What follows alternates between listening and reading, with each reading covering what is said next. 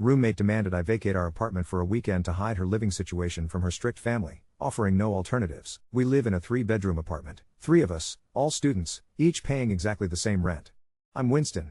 The others are Josh and Sarah. Josh, honestly, is more like a phantom in our apartment. He spends at least half the week and almost every weekend at his girlfriend's place, leaving just Sarah and me to actually live in the space most of the time. For me, this place is strictly a living arrangement. I'm friendly, sure, but I keep my distance. My days are usually split between the library, lectures, and at home, gaming. When I'm at the apartment, my door's usually open, unless I have friends over for a game or my girlfriend comes by. Yesterday, though, out of the blue, Sarah came to me with what she called a request, but the way she said it, it felt more like a demand. Her brothers are visiting next weekend, and here's the twist, her family doesn't even know she's living with 2 guys. She's from a Muslim family, and I get that this could be a huge deal in her world. So, her solution? She wants me to vacate the apartment entirely for the whole weekend, take every trace of myself, including my toiletries, and move it all into my room. Invisible.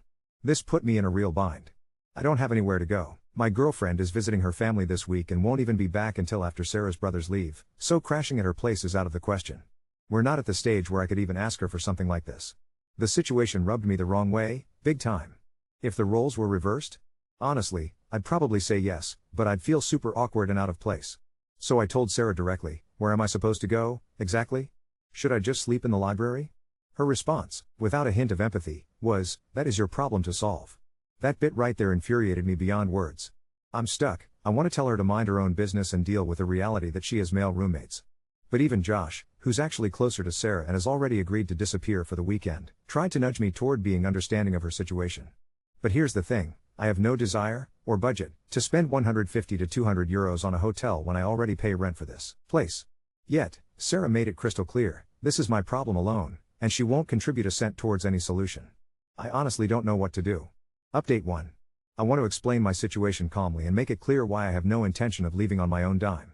I'm more than willing to play a part in the upcoming family visit, and I'll go out of my way to show everyone that I have absolutely no personal ties to Sarah by simply minding my own business. While I appreciate the idea of petty revenge, I'm just not the type to pour gasoline on an already burning fire. That's not my style. Instead, I've started quietly putting out feelers to find a new apartment. I've got some friends from university, and one of them is looking to finally leave his parents' house. We get along well, especially gaming together, so that might work out perfectly.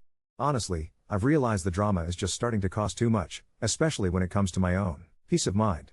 At this point, a clean break seems like the healthiest option for me. Update 2. I just saw the cherry on top of this whole mess. Josh posted a thumbs up. If you can imagine how that felt, well, let's just say it truly hit me. With everything spinning out of control, I decided it was time to take action. I reached out to my landlord about the lease. I asked if I could use him as my emergency contact, just in case Sarah tried to pull something ridiculous, like changing the locks, on me. I couldn't believe his response. He told me to call him immediately if Sarah attempts anything like that, and he'll get the police involved. Since we're both on a shared lease, listed as tenants, he reassured me that no changes to the lease could happen without his approval. That gave me at least a little peace of mind. Now, I'm sitting on the bus with my most important documents packed securely by my side. Heading over to my girlfriend's place, I explained everything to her, and thankfully, she was understanding and gave me permission to store some of my things temporarily. She warned, though, that her roommate probably wouldn't be thrilled if I started crashing there, especially when she wasn't around herself. So, I've got to be careful not to overstep any boundaries.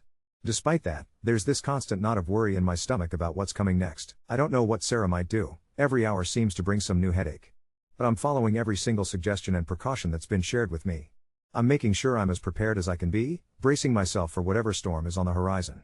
Update 3. I took to heart the advice I'd received, bracing myself for what I knew was coming. I told Sarah no. Even if I wanted to help her out, I simply don't have the money for a hotel. I'm already paying rent, and with nowhere else to go, I have to stay put. Sarah was furious. She yelled at me, calling me selfish, and once again demanded that I move out by the end of the month. I stood my ground. I told her I wouldn't do that. I admitted I was also sick and tired of this situation and agreed I'd start looking for another apartment.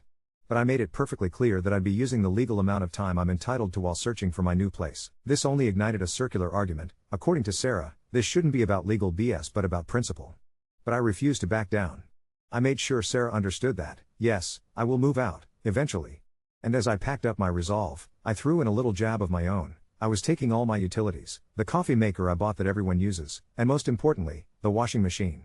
My roommate's machine broke down before I moved in, and I'd brought my own from my previous apartment. I never asked anyone to buy in, I simply put it there as a courtesy. That revelation sparked another screaming match. Josh even tried to argue that, since everyone used it, the washing machine was now communal property and I had somehow relinquished my ownership. I knew that was total nonsense. We spent nearly another hour caught up in arguments with nothing new being said. But I've made my position crystal clear. My vital documents are now tucked safely away at my girlfriend's place. I reached out to the landlord to bring him up to speed and documented the current state of my belongings, just in case anything community turns up missing. I even still have my Amazon and electronics store receipts for everything that technically belongs to me. On a more strategic note, I decided to follow some of the more petty bits of advice. Today, I'm moving the coffee maker to my girlfriend's. She adores it, and frankly, I'd much rather brighten her mornings than do any favors for these roommates. Update 4. The weekend started before it was supposed to. I was in the hallway Friday afternoon with a laundry basket on my hip, unscrewing the hoses from my washing machine because a friend with a car had offered to help me move it Saturday morning, when two guys I'd never seen before stepped out of the elevator with carry-ons and a bag of pastries. They froze like I'd materialized out of the drywall. One of them asked, cautiously, "Is this Sarah's place?" I said yes, introduced myself, and the exact moment the name Winston left my mouth I watched the math run across their faces. They weren't stupid. Neither said anything hostile. One of them just asked if they could leave their stuff by the couch and if Sarah was home yet. She wasn't. She got there 10 minutes later, saw them, saw me, and you could have bottled the silence. She hustled them into her room and shut the door. That kicked off the kind of muffled argument you don't need a translator for. Low voices, then a wave of sharper ones, then someone took a breath and tried to be reasonable. A few minutes later, the calmer brother came back out and asked if we could all sit in the living room for 5 minutes. He looked me straight in the eye and, very politely, asked if Josh and I are roommates on the lease. I told him yes. He nodded, almost like he'd been hoping to hear a lie and didn't get one. He said they weren't here to fight anyone. They were here because their parents worry, and because Sarah told them something that clearly wasn't true, and because pretending was going to blow up in everyone's face eventually. We sat. No shouting, no theatrics. The older brother said he understands Europe is different, people live differently, and it's not his place to police that. He just didn't appreciate being lied to and didn't want to be dragged into a scheme that involved smuggling someone out of their own home for 48 hours. He even asked me, with a wince that read like embarrassment, whether I'd been told to leave. I said I had. He sighed and turned to his sister. I excused myself and went back to my room. If they wanted to untangle that knot, it wasn't for me to pull on. An hour later, Sarah knocked on my door. Her eyes were red and she was quieter than I've ever seen her. She said her brothers would prefer I keep to my room when their parents FaceTime, and try not to be wandering around in the background with a towel on my shoulder or whatever. Fair enough. I agreed. She thanked me, this time without the barbs, and left. It wasn't a truce, but it was at least two adults speaking like adults. Then things went sideways at 1:12 a.m. I woke up to the sound of water hitting something it shouldn't. Not a nice tap tap, it was the kind of gushing that makes your stomach drop before your feet hit the floor. I opened my door and stepped into a slip-and slide of a hallway. The washing machine was gone from its spot. In its place, two hoses geezering at full blast, and Josh in socks, skidding around with a saucepan like he was trying to catch rain under a broken roof. Sarah was yelling that the valve wouldn't turn. The brothers were in boxer shorts hauling bath towels out of the linen closet. I killed the water at the mains like I was disarming a bomb. The apartment fell into that ringing silence where you only hear everyone breathing. I didn't say anything. I didn't need to. Josh tried. We thought we could move it now so you wouldn't, make noise in the morning. My machine, my actual, paid-for machine, was wedged sideways in Sarah's doorway. They had dragged it there on a bath mat. The downstairs neighbor started pounding on the ceiling with a broom handle. Someone was buzzing our door. When I opened it, our landlord was in a hoodie and a jacket, hair sticking up, jaw tight. The neighbor had called him because his light fixture was spitting water and he couldn't reach us. The landlord took one look at the hoses, at the skid marks on the laminate, at the washing machine propped in the hallway like a wounded animal, and his gaze landed on me. I showed him the receipts I'd already placed on my desk. He bent, read my name on the invoice, and straightened up like he'd been expecting exactly this. He asked, calm, too calm, who turned the water on, who touched the fittings, who decided to move an appliance without coordinating with him. Josh tried to launch into something about shared use, and the landlord cut him off. He told them point blank that if he gets one more 1 a.m. crisis because of what he called DIY idiocy, he'll start the paperwork to non-renew, and any damages from this leak will be billed to the persons who caused it. He turned to me and said if I still plan to remove my property, to do it in daylight, with the water off, with him there to make sure no one else touches a valve. By morning the downstairs neighbor had a dehumidifier humming and a grudging cup of coffee in his hand that I poured because mine isn't here anymore. The brothers were mortified.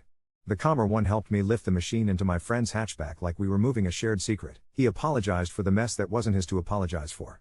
He told me, quietly, that he'd already called their parents and said the apartment was fine and safe and that they were staying in a hotel for the second night to give space. I didn't ask what story he used. I told him good luck. Before they left, He tapped on my door and asked if I had a minute. He said they were disappointed in their sister, not for living how she wants, but for lying and then doubling down by making it everyone else's problem. He asked me to forgive her for being scared. I said I didn't need an apology from him, but I appreciated the conversation more than he knew.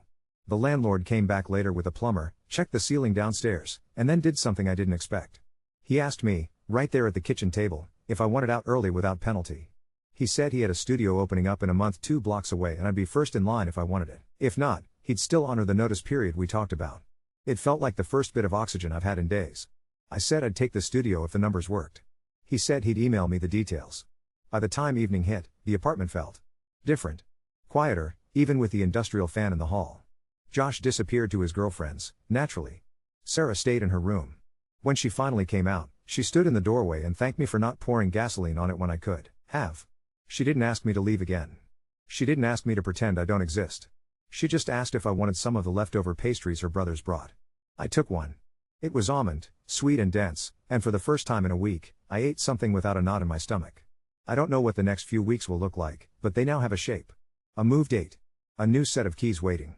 The washing machine is in my girlfriend's hallway, smug as a cat. The coffee maker is already earning its keep. And somehow, the weekend Sarah wanted me invisible ended with me more visible to everyone than I think she planned, in a way that made things honest instead of uglier. That'll have to be enough for now. Update 5. At 9:04 a.m., my phone pinged with an email subject line that made my shoulders drop, studio details plus early release. The landlord had attached photos. Sunlit box of a place, old parquet that had survived 100 tenants and still looked stubbornly decent. A kitchenette that was basically a sink and a whisper of counter, but there was a deep window ledge that was practically a bench and the kind of radiator that clanks in winter like a friendly ghost. He asked if I could swing by at noon to see it. By noon I had my shoes on, a notebook in my pocket like I was about to buy a house and not a room you could cross in 4 strides. He met me there, keys on a brass ring, and let me in like he was opening a terrarium. The air inside was quiet in the way stairwells aren't. The window faced a tree. You could hear leaves, and a tram somewhere. I checked the water pressure, the corners for mold, the phone signal. He watched me like he'd already decided and was waiting for me to catch up. If you want it, he said, I won't list it. 1st of next month. No penalty, no overlap on rent beyond the week you're moving. I said yes. It felt like letting go of a breath I'd been holding since the hoses went wild.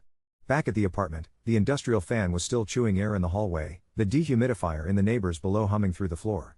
The brothers had left that morning with a bag each and the kind of composed apology that doesn't cost dignity to give. Josh's toothbrush was gone. Sarah's door was closed. I started boxing cables, socks, that half-life of a student that can be compressed into cardboard, if you fold it dense enough. At 3:17 p.m., the buzzer went. Not the polite press and step back. A long, decisive thumb. I heard the click of the front door downstairs. A language I don't speak drifting up the stairwell, fast and tight, a woman's voice first, then a man's, then the brothers' lower tones trying to smooth it. The smell hit before they did. Spices and fried onions and something sweet wrapped in foil. Sarah's knock on my door came with a breathless, please, just, stay in your room for a bit? They won't be long. I said okay. I didn't have a plan to do anything else. The living room turned into a soft cyclone. Paper rustled. Cabinets opened. Someone said mashallah in a way that sounded like relief and reprimand braided together.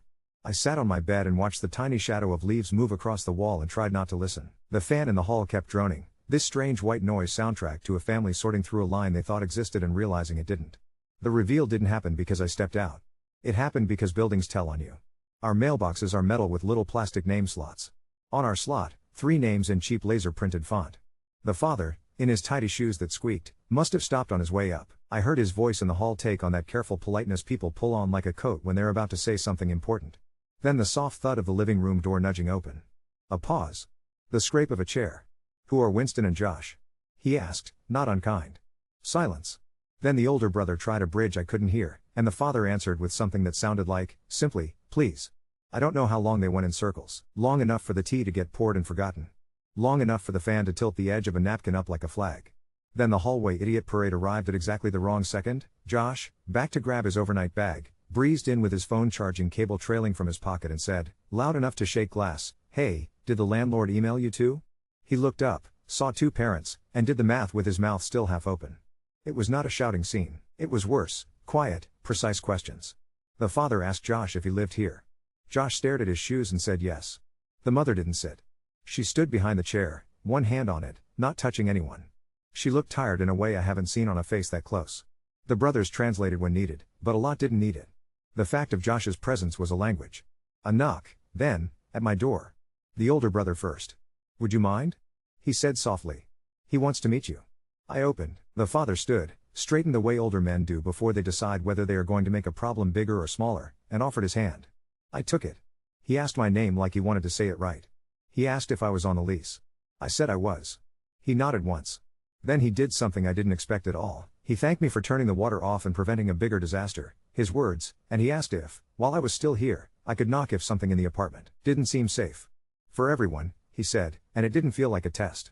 It felt like a father asking someone near his daughter to put his eyes on the world for a bit. I said of course.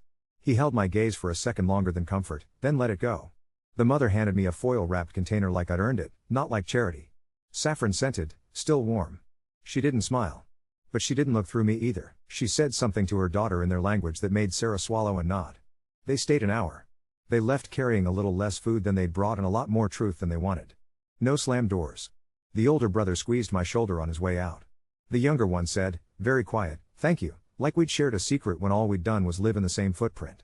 After the door shut, the apartment exhaled. Sarah came to my door again, not red-eyed this time, just pale, tired, young. "I'm sorry," she said. The words were heavy and small. "For lying to them. For dragging you into it. For everything." She looked down at the foil in my hands and almost smiled. "My mom doesn't hand that out to just anyone," she said, and then added, genuinely, "I will figure out a place with girls. I'll be out before you are, if I can. And I'll tell the landlord the truth about the water." My phone buzzed while she was still standing there. The landlord, with a polite update damages. A plumber bill itemized like a meal, call out, valve replacement, downstairs ceiling check. An electrician's invoice for the neighbor's fixture. The line at the bottom that made my insides unclench, charges to be assigned to Joshua, surname, for unauthorized removal of appliance hoses, secondary charge to Sarah, surname, for attempting to operate valves without instruction. No mention of me beyond the note he'd added. Tenant Winston contacted me promptly, coordinated access. He CC'd all of us. Within 2 minutes, Josh had flooded the group chat with paragraphs about shared responsibility, but the machine is Winston's, and we all used it. I typed exactly one sentence. "You turned the water on at 1 a.m. He responded with something about intent versus outcome and then sent a thumbs up to his own message, which is somehow his signature move. Then he went quiet. 10 minutes later he knocked on Sarah's door and whatever he tried to do in there ended with her telling him, clear and flat, that if he couldn't pay the bill on time, he should talk to his girlfriend, not to us. That evening, the older brother texted me from a number I didn't have. He said, no flourish, that he'd cover his sister's portion of the damages until she could pay him back. "Please don't mention this to her," he added. "It will make it worse." I sent him the amount and left it alone. The landlord swung by at 7 with a spare key to the studio so I could measure. He lingered in the doorway like he didn't want to cross the threshold without a reason, then shrugged and stepped in when I held the door. He glanced at the fan, the skid mark still ghosting the floor, the towel someone had forgotten under the radiator and now had a crescent watermark like the moon. "You okay?" he asked, meaning something broader than hoses. I said I would be. After he left, Sarah emerged with a broom and a dustpan like a flag of truce. We cleaned. Not because it would undo water inside a ceiling, but because sweeping is something you can do with your hands when your head is loud. She told me, in quiet sentences that didn't ask for anything from me, that her parents had asked her to come home for a week to reset. She told them she would. She said she would still look for a different place after. Later, I hauled a box to my girlfriend's. Her roommate opened the door in socks, saw the box, saw my face, and said, "As long as you bring the good coffee." She said it like a joke, but when I set the machine on the counter and the first drip hit the carafe, her shoulders did this little visible release. I left the washing machine still sitting smug in their hallway. It looks ridiculous and too big and out of place, like a suitcase that takes itself seriously, but nobody tripped over it, and nobody tried to drag it by a bath mat. When I got back, the apartment was quiet in a way that wasn't empty, just done. Sarah's door was open. She was packing a small bag with things that matter more than their size, hairbrush, a photo in a frame, a scarf. She looked up. We nodded at each other like neighbors who had finally acknowledged they share a wall. I went to my room, sat on the floor, and ate her mother's food with a plastic fork, and it tasted like something you don't get in a container: effort, and the simple act of feeding someone because they are in front of you. I don't know yet what the day of the move will feel like. But now there's a date on the calendar and a set of keys in my pocket that fits a lock 2 blocks away. There's a landlord who said he'll stand in the hall while I disconnect things so nobody gets ideas. There's a bill with someone else's name on it. There is less gasoline lying around. Update 6. At 10:06 a.m., the building turned into a parade of clipboards. The insurance guy came with a laser measure and a patience that looked salaried, the plumber with a tool bag like a dentist for pipes, and the landlord with copies of a paper that said "Do not touch valves" in 3 languages, taped at eye level like a museum placard for idiots. Sarah had left at dawn with a small suitcase and that same set to her mouth I'd seen the night her parents stood in our living room. Josh was a roomer, his toothbrush had returned but he hadn't. I signed the studio lease at the kitchen table with a pen the landlord produced from nowhere, the kind of tidy click that makes a decision feel official. My name underlines. A move date circled on a calendar in my head. The plumber killed the water, twisted and swapped two ancient-looking stopcocks, and then shook his head like a man who just found out a dog was fed grapes. No more home installations, he told the room, which was just me, the landlord, and a fan that thought it was a jet engine. At 12:41 p.m., the elevator doors opened with that reluctant sigh and delivered a dolly with a washing machine perched on it like a throne. Josh was behind it. Behind Josh, a guy in fingerless gloves who introduced himself, unhelpfully, as I do this all the time. The machine was the kind of gray that says free from online classifieds. A length of hose dangled like a tail. Josh clocked the signs on the wall, clocked the landlord, and still tried for breezy. "Will be 2 seconds, he said, which is how all bad ideas start. The landlord took exactly 1 step forward. "No," he said, in a voice that didn't get louder because it didn't need to. "There will be no more seconds." Fingerless gloves guy tried to negotiate with his eyebrows. "It's literally just attaching, it's literally just not happening," the landlord said, and pointed at the door. "You can wheel that to a storage unit or a river, but you will not will it past that threshold." Josh's mouth did that open-close thing he does when he's choosing between doubling down and pretending it was a joke. He picked a third lane, he appealed to me. "Dude, you're moving. Just, let me use the hookup until you're gone." I told him to talk to the man with the keys. Fingerless gloves looked at the landlord and said, very quietly, "Do you want me to take it back down or?" And for the first time that day, I almost laughed. They pivoted the dolly with all the grace of a fairy and bumped back toward the elevator, small bow in the middle of the machine like it knew it had been turned away at the door. They got as far as the lobby before running into a different wall, Sarah's mother and the older brother, arms full of Tupperware and a folded duvet. The collision of two plans made the air weird. The mother looked at the machine. Then at Joshua, then at the signs on the wall. Her gaze was surgical. Josh tried a smile that would have sold cars in the 90s. It didn't land. The older brother and I made eye contact over stainless steel and exhaled the same humorless breath. He tipped his head toward the stairs. "We'll be quick," he said. Upstairs, the mother moved through the apartment like someone visiting a hospitalized friend, careful, contained, observing the tubes and fans and not touching them. She placed the containers on the counter with a precision that made them sound heavier than they were. She asked where Sarah kept her scarves, then found them without me answering. When she passed the kitchen sink, she paused at the new brass of the shut-off valves, ran a finger near, never on, them, and nodded like she was filing away the shape of caution. She didn't say much. When she did, it was to ask for a chair and to put a folded sweater inside a tote. The older brother went room to room with a list on his phone like he'd been deputized by someone who knows how to make order out of a mess. On their way out, the mother handed me a small flat parcel wrapped in a tea towel. "For the new place," she said, in careful English. "So it is not empty." It had the weight of plates and the feeling of a handshake.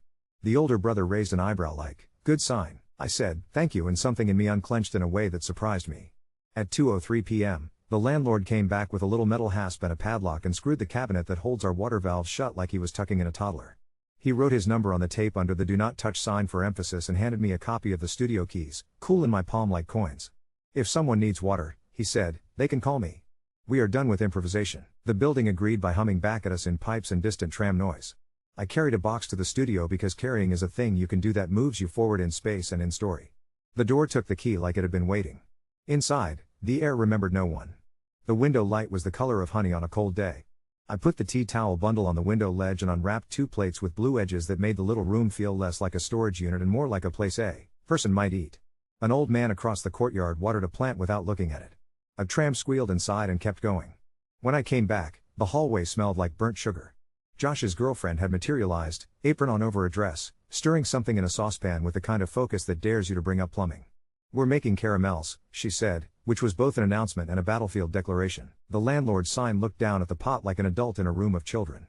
10 minutes later, when the caramel seized because Josh forgot the cream in the fridge and opened the door to get it and stood there reading a label like it was a novel, the saucepan started smoking and the smoke alarm did its smoke alarm thing. The firefighter volunteers did not appear because there weren't any. What appeared was the downstairs neighbor in socks and a face like a weathered cliff, knocking his knuckles on our door frame with the exact cadence of "I have had enough this week." I opened the windows, turned the extractor on full, and waved a cutting board under the detector until it gave up. The girlfriend put the pan in the sink and snapped at Josh without using words, which is a language I learned to respect. When the fog cleared, Josh slid an envelope under my door. Inside, a neat stack of 20s, not enough to be all of it, but enough to be him trying to turn down the volume. On the front of the envelope he'd drawn, of course, a thumbs up. At 6:18 p.m., my phone lit up with a number I recognized now more than I ever thought I would. The older brother. He said his sister was with their parents and that things were quiet. He didn't apologize for things that weren't his, he didn't ask for anything from me.